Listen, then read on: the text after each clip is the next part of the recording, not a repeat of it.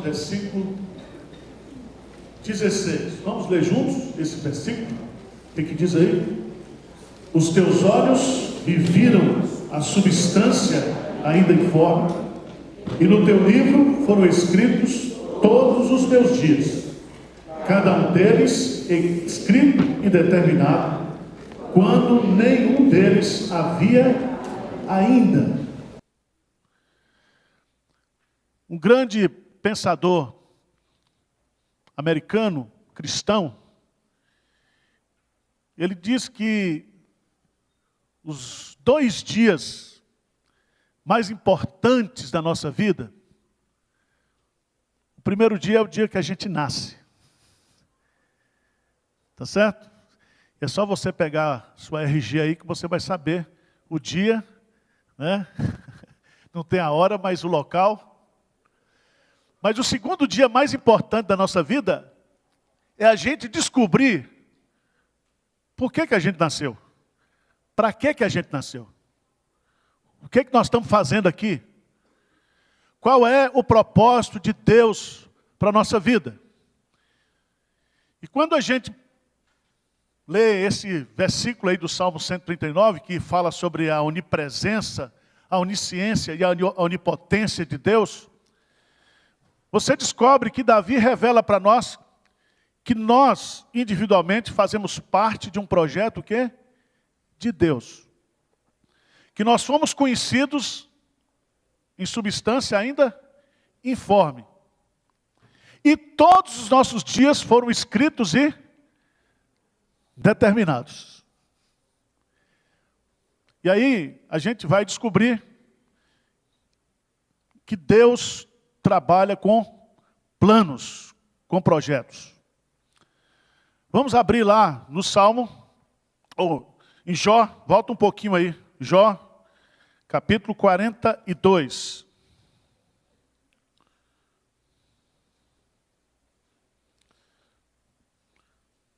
Jó 42, 1 e 2.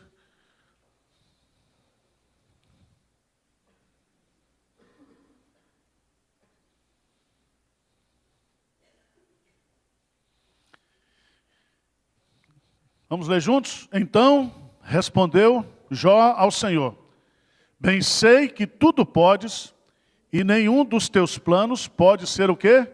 Frustrado. Então, bem sei que tudo podes. Eu bem sei que o Senhor é onipotente. E essa onipotência do Senhor, ela é administrada através de planos. E esses planos, eles não podem ser o quê? Frustrados. Agindo eu, quem impedirá? Agora, quando a gente pensa em planos, projetos de Deus, você tem aquilo que os teólogos chamam de vontade soberana e universal de Deus. Você tem aquela vontade de Deus que é específica para um povo, como o povo judeu, como para a igreja. E você tem o plano de Deus para cada um de nós. Ou seja, nós vivemos, certo? Nós existimos porque nós fazemos parte de um projeto de Deus. Isso os teólogos chamam de os decretos de Deus, a doutrina dos decretos de Deus. Preste atenção, Deus planejou criar todas as coisas. Depois que Deus planejou criar, Ele criou, Ele concretizou esse plano. Mas, consequentemente, Ele precisa também, e Ele deve ter criado um plano de preservação. De preservação. Então, Ele não somente criou, mas Ele cuida de todas as coisas. Vamos lá, por favor, para Atos dos Apóstolos, capítulo 17.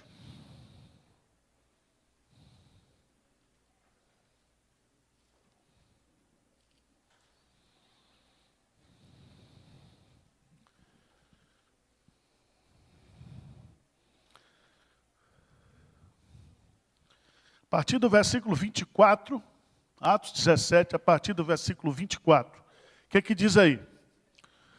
O Deus que fez o mundo e tudo que nele existe, sendo ele Senhor do céu e da terra, não habita em santuários feitos por mãos humanas, nem é servido por mãos humanas, como se de alguma coisa, pois ele mesmo é quem todos dá vida, respiração e tudo mais. De um só fez toda a raça humana para habitar sobre toda a face da terra, havendo fixado os tempos previamente estabelecidos e os limites da sua, para buscarem a Deus, se porventura tateando posso achar, bem como que não está longe de cada um de nós. Versículo 28. Pois nele vivemos, nos movemos e existimos, como algum dos vossos poetas tem dito, porque dele também somos o quê? Geração. Então, o plano de Deus, os decretos de Deus envolvem a criação, envolve a preservação, e aí vem, consequentemente, que os planos de Deus envolvem também o quê?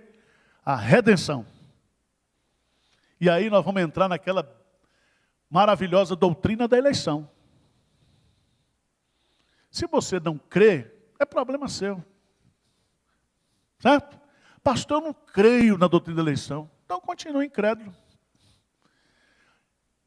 Mas eu não entendo. Tudo bem. Entender, tem um monte de coisa que você não entende. Tem muita lei da física que você não entende. Entende? Por que o universo está solto? Né?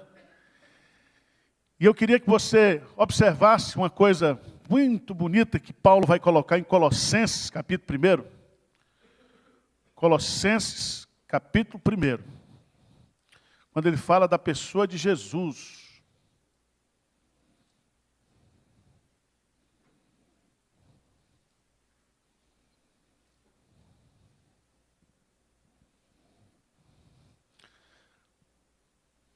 A partir do versículo 13, a excelência da pessoa de Cristo. Cristo nos libertou. Cristo é a imagem do Deus invisível, primogênito de toda a criação. Tudo foi criado por meio dele, para ele. E aí no versículo 17 diz assim, ele é antes de todas as coisas, e nele tudo o quê? Subsiste. Nós, o universo, tudo que existe, só subsiste porque Deus, pois Jesus sustenta todas as coisas. O nosso Deus não apenas criou, mas o nosso Deus, ele administra.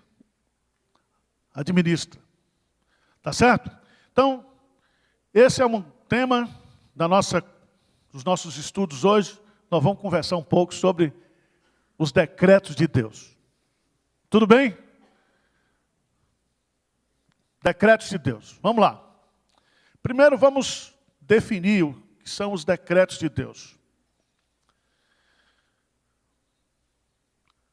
Wayne Grudem, na sua teologia, ele diz: os decretos de Deus são os divinos desígnios eternos, por meio dos quais, antes da criação do mundo, ele determinou realizar tudo o que acontece. A Confissão de Fé de Westminster diz assim: os decretos de Deus são o seu eterno propósito, segundo o conselho da sua vontade, pelo qual, para a sua própria glória, ele predestinou tudo o que acontece. Tudo que acontece. Abra sua Bíblia lá, no Salmo 33, versículo 11.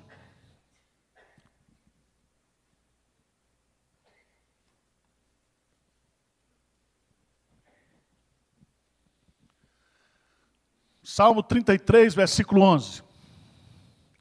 A palavra de Deus nos diz aí, de forma bem clara, 33, 11. O que que diz? O conselho do Senhor dura para sempre, os desígnios do seu coração por todas as gerações.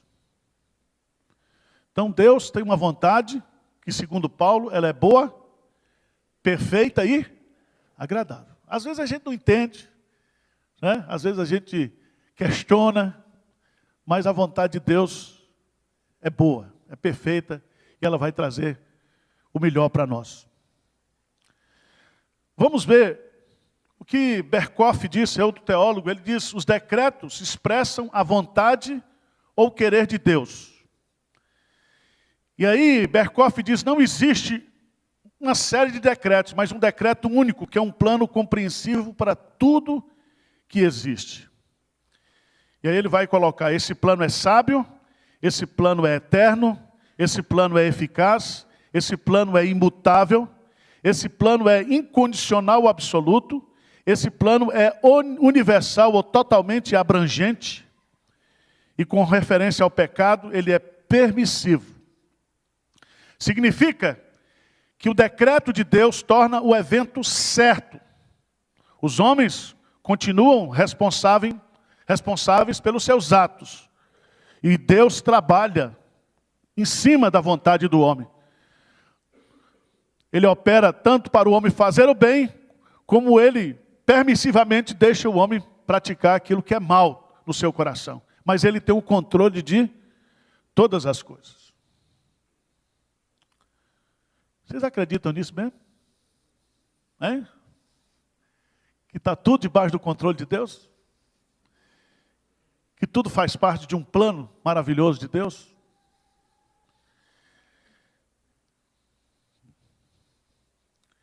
Eu já falei aqui, né, nessa discussão, se existe um plano ou vários planos, né? Tem duas conclusões lógicas. A primeira delas é a seguinte: primeiro, há uma lógica na ação divina. Ele planeja, ele cria e ele o quê? Preserva. Doutrina dos decretos de Deus, da criação de Deus e da providência de Deus. Segundo, há uma lógica que na realização da sua vontade soberana, Deus faz o que quer, deixa de fazer o que não quer e permite aquilo que Ele quer o quê? Permitir. Salmo 115. Onde está o nosso Deus? O nosso Deus está no céu. E tudo faz como lhe agrada. Ele é soberano. Ele faz, quando Ele quer fazer, Ele faz. Quando Ele não quer fazer também, Ele não faz e não deixa o quê? Ninguém fazer. Certo? Foi o que Ele disse lá, por exemplo, para o Balaão, né? Balaão, não adianta você amaldiçoar a quem eu o quê? Abençoei. Então, não adianta jogar praga para crente, não adianta fazer macumba contra crente. O crente está com o corpo fechado. Salmo 91. Não adianta. Aquele que habita no esconderijo do Altíssimo, a sombra do Onipotente, o quê? Descansará. Agora, irmãos, Deus, Ele dá corda para a gente também. Certo? Ele chama a gente e diz: não faça isso. Se você quer fazer, então Ele deixa fazer. Aí vem a vontade o quê? Permissiva de Deus. Então nós temos os decretos eletivos, nós temos os decretos preteritivos e nós temos os decretos o quê? Permissivos. Nós temos a vontade de Deus eletiva, nós temos a vontade de Deus preteritiva, quando Ele diz não. Ele diz isso para Moisés, né? Ele disse isso para Paulo. Paulo orou pedindo para que Deus tirasse o espinho. Ele disse: não vou tirar espinho coisa nenhuma. A minha graça o quê? Te basta. Vai ficar esse espinho aí para você ficar humilde. Moisés queria entrar na terra prometida. Deus disse: você não vai entrar. Olha para a terra, contempla e morre. Pronto. Tá certo? Então, Deus não tem plano B. Deus, com Ele, não tem aquilo que a gente gosta de falar aqui, do politicamente o quê? Correto. Sim, sim, não, não. Não tem outra alternativa. Tá certo? Mas vamos pegar alguns textos para a gente entender como é que funciona na prática esse negócio dos decretos de Deus. Primeiro, os decretos de Deus, eles funcionam em primeiro lugar, na questão da doutrina da redenção. Vamos abrir lá em Efésios, capítulo 1.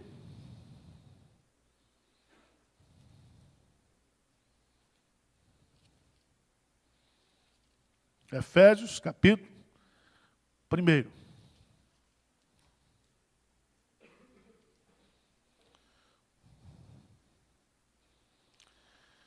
A partir do versículo 3, diz assim: Bendito Deus e Pai de nosso Senhor Jesus Cristo, que nos tem abençoado com toda sorte de bênção espiritual nas regiões celestiais, assim como nos escolheu nele, antes da fundação do mundo, para sermos santos e irrepreensíveis perante ele. E em amor, nos predestinou para ele, para a adoção de filhos por meio de Jesus Cristo, segundo o beneplácito de sua vontade, para o louvor da glória de sua graça, que ele nos concedeu gratuitamente no amado, no qual temos a redenção pelo seu sangue, a remissão dos pecados, segundo a riqueza da sua graça. Veja versículo 11, o que diz aí? Nele, digo, no qual fomos também feitos heranças, predestinados segundo o propósito daquele que faz todas as coisas, conforme o conselho da sua vontade. Então tem um conselho aí que é chamado conselho da vontade de Deus, desígnios de Deus, planos de Deus, vontade de Deus, tudo isso remete para esse conceito dos decretos de Deus. Agora veja bem que Paulo, vamos ver no texto aí, diz que nós fomos abençoados com toda sorte de bênçãos, o quê? Espirituais. E a principal bênção espiritual é a bênção da escolha, assim como nos escolheu. Ele nos escolheu, Paulo está dizendo aqui. Então aqui, ele na sua soberana vontade, ele nos escolheu. E aqui tem a doutrina da eleição, que mais embaixo é chamado de predestinação. Predestinação. Por que que Deus nos escolheu? Eu não sei. Você sabe por que Deus escolheu você?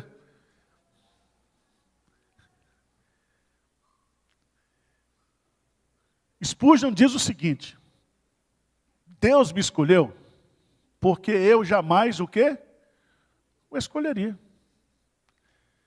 Deus me escolheu antes de eu nascer, porque depois de nascido, eu jamais o escolheria. Deus me escolheu por razões que eu desconheço, porque eu não vejo em mim nenhuma razão para que Ele pudesse o que me escolher. Porque a escolha de Deus, ela é uma escolha soberana, incondicional. A base da escolha não está no objeto escolhido, mas na vontade expressa do Deus soberano. Veja no texto que Ele nos escolheu para quê? Assim como nos escolheu nele. Nele quem? Em Cristo Jesus. Deus nos escolheu em Cristo Jesus, ou para sermos de Cristo Jesus. Por isso que Jesus diz assim: eu sou o bom pastor, e o bom pastor conheço as minhas ovelhas, e eu vou dar a minha vida, não pelo mundo, eu vou dar a minha vida pelas minhas ovelhas. E aí vem uma lógica, que a escolha de Deus faz com que a expiação de Cristo, ela seja limitada apenas às ovelhas de Cristo, aos eleitos de Deus, aqueles que estão escritos no livro da vida. Tá certo? Agora, veja aqui, assim como nos escolheu nele, quando? Qual foi o tempo da escolha? Antes da fundação do mundo. Então quem nos escolheu foi Deus. Deus nos escolheu em Cristo Jesus. O tempo da escolha, antes da fundação do mundo. Então veja bem, diz assim: no princípio criou Deus os céus e a terra. No princípio de quê? Do tempo, do universo, da humanidade.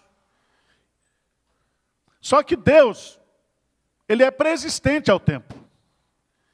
E antes que o tempo existisse, antes que tudo existisse, Ele então estabeleceu o plano da criação, o plano da preservação e o plano da redenção.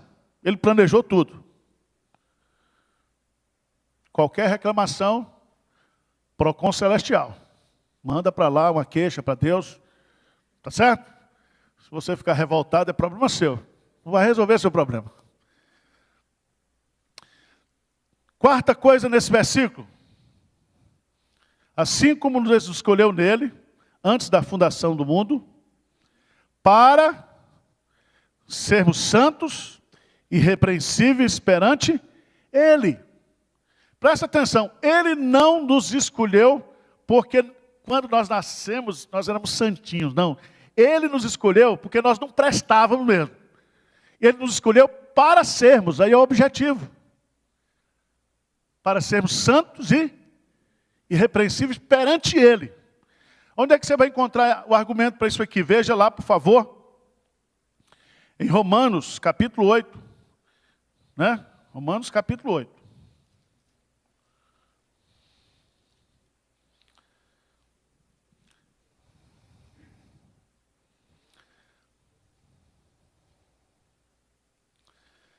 Versículo 29 e 30. Vamos ler juntos aí?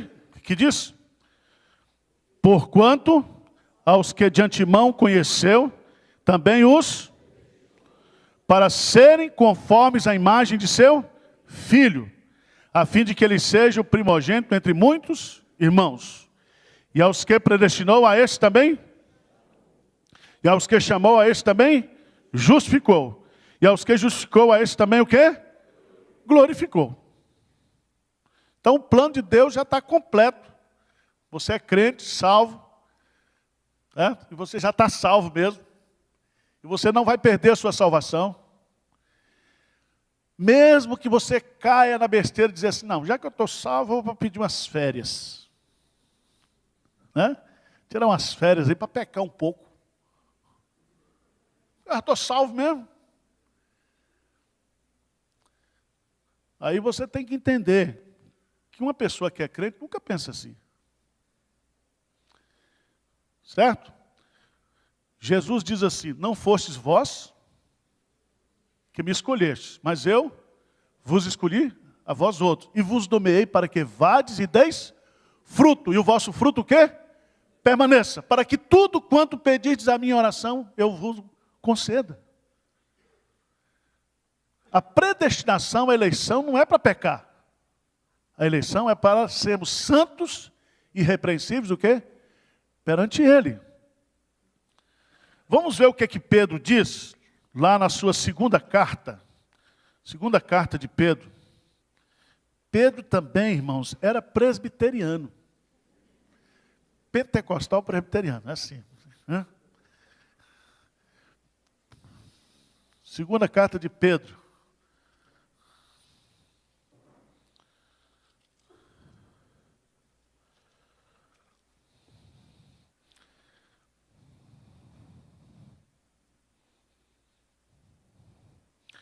Versículo 10 e 11. Capítulo 1, versículo 10 e 11. O que diz aí? Por isso, irmãos, procurai com diligência cada vez maior, confirmar a vossa vocação e eleição.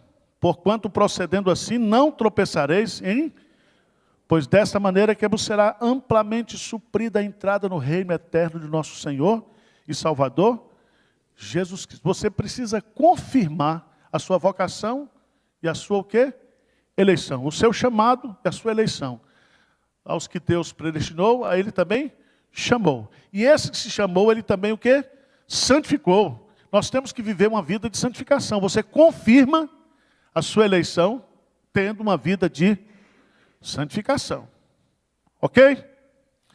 Agora, irmãos, uma pergunta que surge, nesse assunto. Pastor, se o pessoal está eleito, por que a gente vai pregar?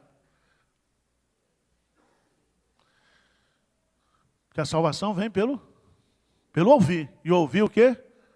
A palavra de Deus. Quem sabe aqui quem são os eleitos? Só Deus. Só Deus. Se eu soubesse, se eu tivesse aquela cópia do livro da vida, eu não estava perdendo tempo com vocês. Não estava abrindo igreja de São Paulo. Aí eu ia pegar esse livro e ia chegar, meu amigo, seu nome está no livro da vida. E ainda cobrar uma comissão. Me dê aí uma comissão, que você já está no céu, e só eu tenho esse livro. Né? Mas não é assim. Jesus diz, ide por todo mundo e pregai o evangelho a toda criatura. Quem crê, será salvo. Quem não crê, já está condenado. Porque a pregação do evangelho é para o sujeito sair do estado de morte espiritual para a vida espiritual. E o que é pregar o evangelho? Pregar o evangelho é pregar no cemitério. Você prega para um monte de defunto espiritual. E aí o Espírito Santo vem e o quê? Dá vida. Dá vida. Porque a semente da vida é a palavra de Deus. Lembra dos terrenos lá, que são os corações humanos? Então nós temos que lançar a semente, nós temos que pregar. E o Espírito Santo é quem faz a obra de conversão. O Espírito Santo, lá na Trindade, sabe quem são os eleitos e tudo. E o Deus que predestina os meios, também predestina o quê? Os fins. Os fins. Tudo bem, né?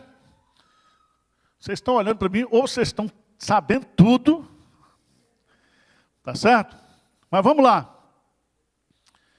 Diz assim que ele nos predestinou. E aí, há uma coisa bonita aqui em Efésios. Porque uns pregadores famosos aí estão dizendo na televisão, eu não posso citar o nome para não ser processado, que a doutrina da predestinação é a doutrina do diabo. Mas não é não, irmãos. Não tem nada a ver. Veja o que Paulo vai colocar aqui em Efésios. Assim como nos escolheu nele, antes da fundação do mundo, para sermos santos e irrepreensíveis perante ele. E aí diz assim, e em amor nos o quê? Predestinou. Porque ele nos amou, ele o quê? Nos predestinou. Então veja bem, a doutrina da predestinação, da eleição para a redenção, ela é um ato do amor de Deus. Eu não compreendo isso. Né? Eu não compreendo. Por que Deus amou um e não amou o outro para escolher? Eu não entendo. Certo? Eu já estou muito satisfeito em achar que eu estou eleito. E aí é uma questão muito séria, porque a gente não compreende Deus. Paulo, quando vai tratar desse assunto em Romanos 9, 10 e 11, ele termina com aquele cântico, ó profundidade da riqueza, da sabedoria. Quem foi o seu conselheiro? Né? Quem é que pode entender Deus? Então, o certo é o seguinte, é que a doutrina da eleição, ela é a causa da nossa salvação. Porque fomos eleitos, somos convertidos. É a base. Vamos pegar 2 exemplos. E eu quero pegar, por exemplo, Atos 13, 48.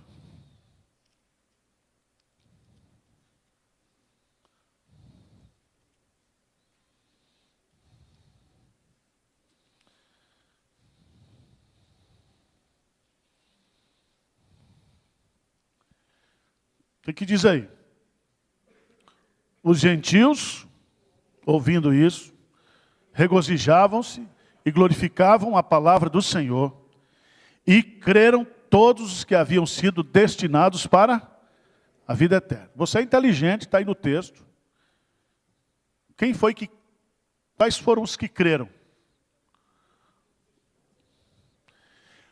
O crer aí é causa ou é consequência? Hein? Causa ou consequência? Consequência. Eles creram porque estavam o quê?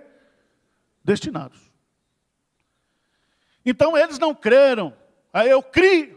Põe meu nome aí no livro da vida. O anjo lá escrevendo. Não tem nada disso. Eles creram porque eles já estavam com o nome o quê? No livro da vida. Então crer aí é consequência. E aí Paulo vai aplicar isso. Vamos lá para 1 Tessalonicenses, capítulo 1. 1 Tessalonicenses, capítulo 1.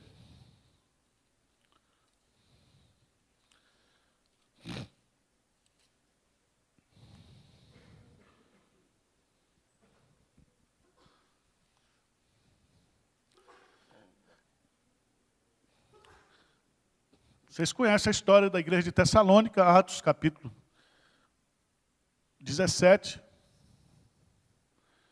Paulo saiu escorraçado lá de Filipos, depois vai para Tessalônica, depois para Bereia, depois para Corinto e Atenas. E chega por último em Éfeso, sua segunda viagem missionária. E ele planta essa igreja lá na cidade de Tessalônica, provavelmente em um mês intenso de pregação. E muitas pessoas se converteram. Aí ele escreve a carta, dizendo aí, no versículo 2, damos sempre graças a Deus por todos vós, mencionando-vos em nossas orações e sem cessar, recordando-nos diante do nosso Deus e Pai, da operosidade da vossa fé, da abnegação do vosso amor, da firmeza da vossa esperança em nosso Senhor Jesus Cristo. Versículo 4, o que é que diz? Reconhecendo, irmãos amados de Deus, a vossa o quê? Eleição. Como é que a gente reconhece a eleição? Quando o sujeito o quê? Se converte. E começa a ter essas 3 características aí do amor, né? Então ele escreve para dizer isso, vocês de fato são eleitos de Deus. Aí ele vai na segunda carta, vamos lá adiante, na segunda carta que ele escreve aos Tessalonicenses, capítulo 2, versos 13 e 14.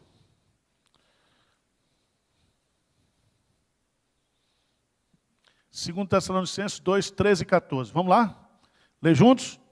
Entretanto, devemos sempre dar graças a Deus por vós, irmãos amados pelo Senhor, porque Deus vos escolheu desde o princípio para a salvação, pela santificação do Espírito e fé na verdade, para que também vos chamou mediante o nosso Evangelho, para alcançardes a glória de nosso Senhor Jesus Cristo.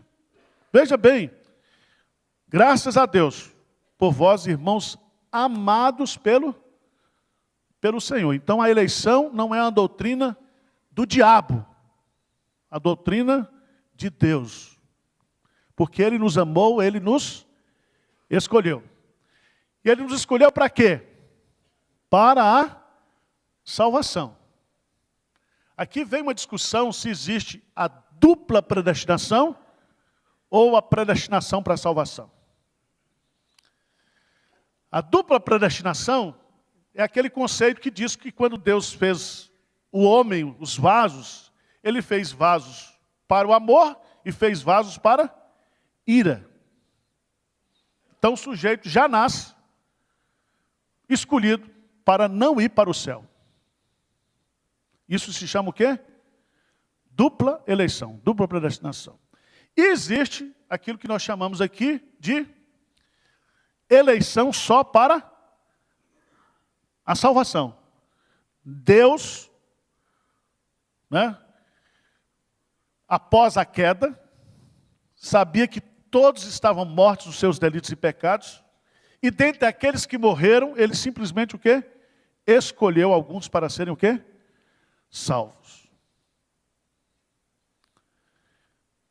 Isso se chama, na teologia, supralapsarianismo e infralapsarianismo. Ou seja, a escolha de Deus, a predestinação antes do pecado e depois do pecado. Antes do pecado, Deus fez vasos de honra e desonra. Abra sua Bíblia, por favor, lá em Provérbios.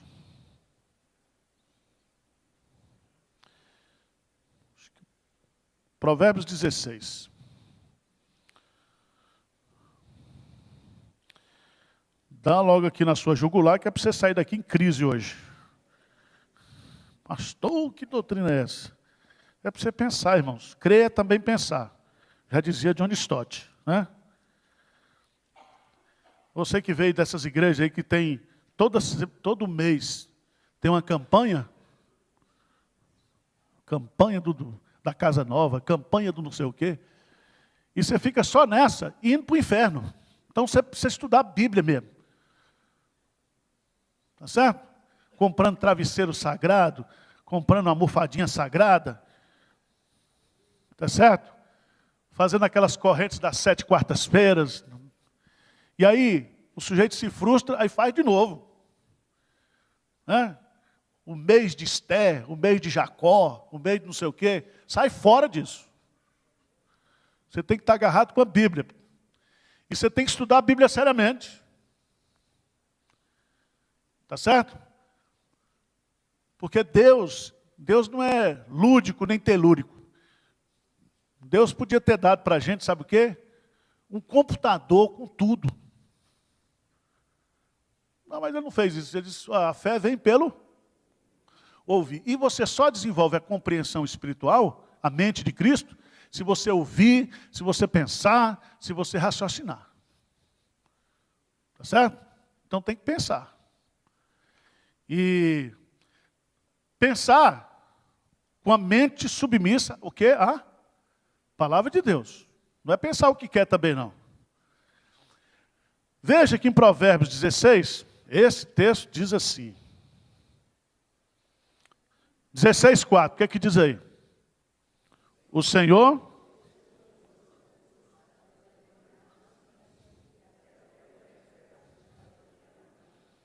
Então, aqueles que defendem a doutrina da dupla predestinação, eles vão por aí. Deus fez vaso de honra e fez vaso de desonra. É difícil isso, né? Se Deus é amor, como é que ele fez? Eu não sei, irmão. Mas é possível pensar dessa maneira, à luz da Escritura Sagrada. Eu, particularmente, sou infralapsoriano. Eu acho que Deus escolheu para a salvação. Certo? Mas não tenho problema nenhum de me render à dupla predestinação. Porque Deus é Deus. E Paulo vai colocar isso, né? Lá em Romanos, vamos lá para Romanos, capítulo 9.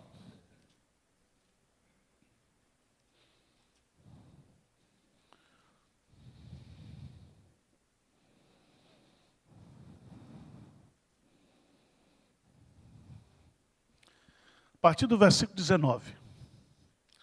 Veja, irmão, isso é feijoada, tá? Se você for fraco na fé, você vai ter desinteria espiritual hoje. É substância. Tem gente que não pode ouvir certas doutrinas, não, que o cara fica doido, né? Veja o que Paulo diz, a partir do versículo 19 de Romanos 9. Tu, porém, me dirás, de que se queixa ele ainda? Pois quem jamais resistiu à sua vontade? Versículo 20, lê comigo aí. Quem és tu, ó homem, para discutires com Deus? Porventura pode o objeto perguntar a quem o fez, por que me fizeste assim? Ou não tem o oleiro direito sobre a massa, para do mesmo barro fazer um vaso para a honra e outro para? Que diremos, pois, se Deus, querendo mostrar a sua ira e dar a conhecer o seu poder, suportou com longanimidade os vasos de ira preparados para perdição, a fim de que também desse a conhecer as riquezas da sua glória em vasos de misericórdia, que para a glória preparou o quê? De antemão. Aí Paulo coloca, eu estou com ele aqui, os quais somos o quê? Nós, a quem também chamou, não só dentre os judeus, mas também dentre os gentios, assim como também diz em Oséias, chamarei meu povo ao que não era meu povo, e amada a quem não era o quê? Amada. E no lugar em que ele disse, vós não sois meu povo, ali mesmo serão chamados filhos de Deus. Então Paulo vai argumentar isso, porque o judeu está achando que ele é que é o escolhido. E que os gentios todos estão perdidos. E Paulo vai argumentar aqui justamente dentro dessa perspectiva. Vamos abrir o confessionário aqui agora. Não tem umas pessoas que passaram na história da nossa vida, que o sujeito viu o evangelho, nunca se converteu, e o bicho era ruim mesmo. Morreu e não deixou saudade, como aquele rei lá de Israel. Foi-se, ninguém chorou por ele. Tem ou não tem? Fala a verdade. E tem aquele cara que não prestava, bandido. E Deus vai e salva o cara. Não tem umas histórias assim? Na Bíblia, Zaqueu, a mulher samaritana, né? O filho pródigo não quis. Então, tem umas coisas assim, a gente não diz com medo de pecar. Na igreja mesmo, você já olha para os crentes e diz, será que esse cara é crente mesmo? Diz ou não diz? Diz ou não diz? Diz. Mas examine-se o homem assim mesmo, toma conta da sua vida. Deus deu uma vida para cada um, para que cada um cuide da sua vida. Tá certo, irmão? Vamos cuidar da nossa. Mas que a gente pensa. Pensa. Certo? E eu já tive no ministério gente que a mulher era crente, o cara frequentou a igreja, vinha todo domingo, buscava a mulher, o desgraçado morreu, ainda tive que fazer o enterro, mas nunca tomou uma decisão. Eu não sei se ele se converteu, eu não sei se ele se converteu, mas não foi batizado como ladrão na cruz, eu não sei, mas que a gente fica lá no fundo assim com os questionamentos, fica ou não fica? E aquele cara que era crentaço, quem teve aqui na mocidade, crentaço, o cara que era mais santo que você era até mais perdido que ele, e hoje o cara está no mundo. O cara está no mundo. E você diz assim, aí, tá vendo? Eu não prestava, sou crente agora. E aí, cadê? Esses crentes, né? Aí dá para você reforçar o seu ego um pouco assim, né? Mas tudo isso é o quê? É a graça de Deus. É a misericórdia, o amor de Deus, né? A história de Jacó apresenta muito isso. Então, irmãos, vamos voltar e vamos sair agora do campo da eleição, certo? Do campo da eleição para o campo da oração. Da oração. E o pessoal da igreja já sabe bastante, mas eu vou voltar no texto lá, Jeremias capítulo 29. Jeremias capítulo 29. É do livro Homens de Oração. Tem um capítulo escrito só sobre isso. Jeremias 29, 11. Então você é crente, todos os seus dias estão escritos, determinados. Você está querendo casar, apareceu um cara na sua vida. Você diz, é esse ou não é esse? Hein? Casamento é uma loteria, né, minha irmã? É uma loteria. Tem os crentes que dizem assim, eu tenho 100% de certeza. Diga isso não, meu irmão. Né? Diga isso não. Você tem que dizer, Senhor, tem misericórdia, eu vou embarcar nesse traste, mas o Senhor me ajude, pelo amor de Deus. Assim? Você usa os critérios bíblicos, você ora. Né? Essa é uma área difícil, casamento. Né? Às vezes, eu pastor, caso 2 crentes. Depois os bichos se desviam. Aí você casa um crente com a não crente. A não crente vai e se converte, é uma eleita de Deus. Por isso que eu sou pastor, que só faço casamento misto. Homem com mulher. Certo? E tem um misto crente, que é 2 crentes, mas se a pessoa crente vai casar com um rapaz, uma moça, e ele ora, ele busca, e tal, porque o fato do cara estar na igreja hoje não significa crente, não. Veja bem, não estou aqui estimulando você fazer a coisa errada. Estou falando o seguinte: casamento é uma decisão que você tem que procurar e compreender a vontade de Deus. Procurar e compreender a vontade de Deus. Tem muito casamento de crente que casou com crente e está infeliz. Porque o único critério foi esse. E aí precisa tomar cuidado.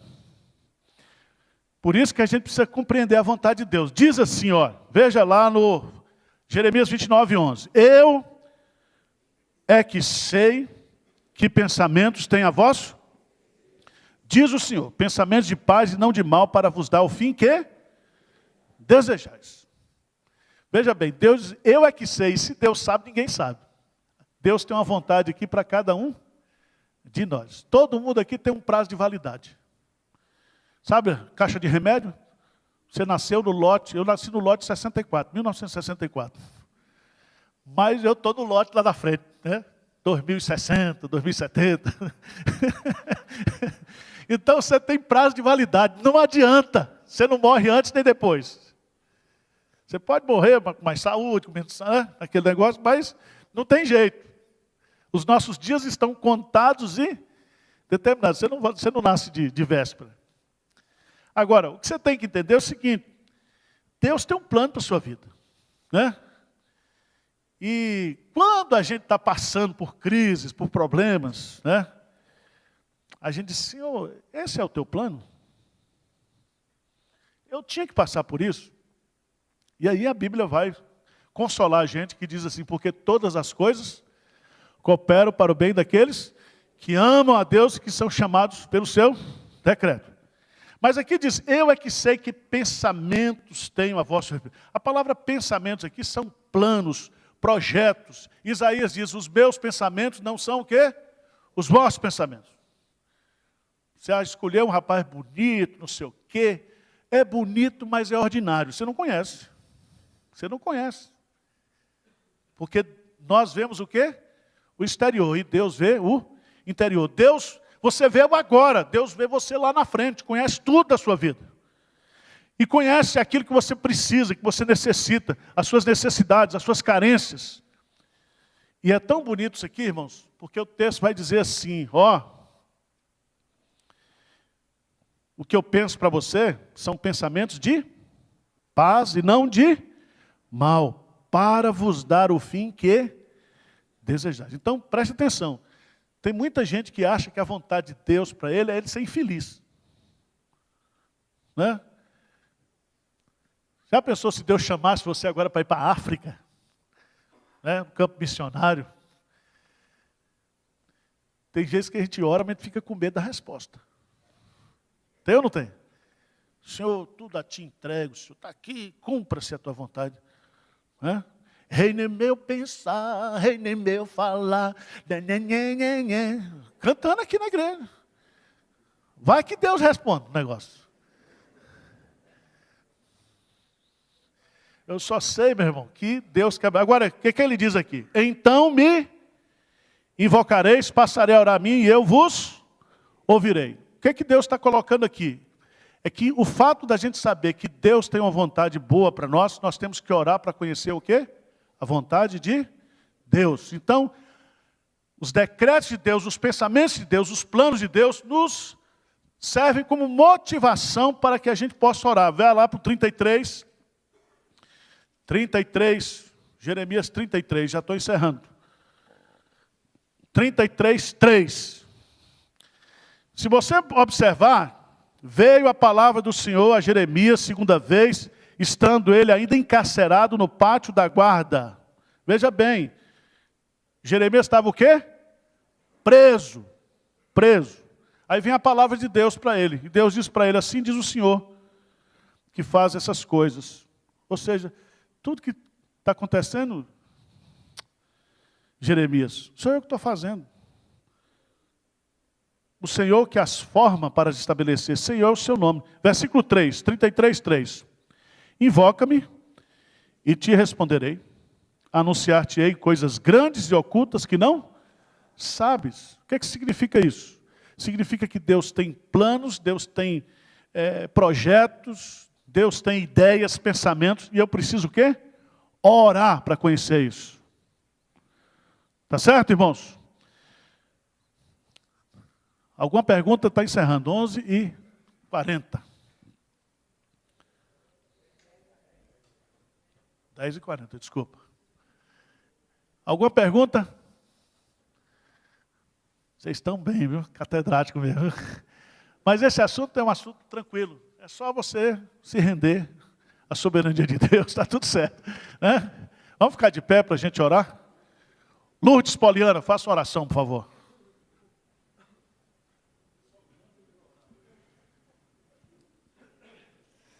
Senhor nosso Deus, nosso Pai, nós queremos te agradecer, Senhor, por esses momentos maravilhosos que o Senhor nos proporcionaste aqui agora, Senhor, aprendendo mais da tua santa palavra, Senhor.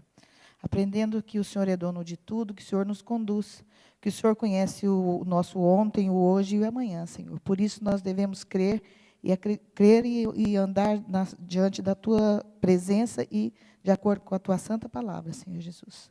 Nós te pedimos tudo isso em nome do seu Filho amado. Amém, Jesus.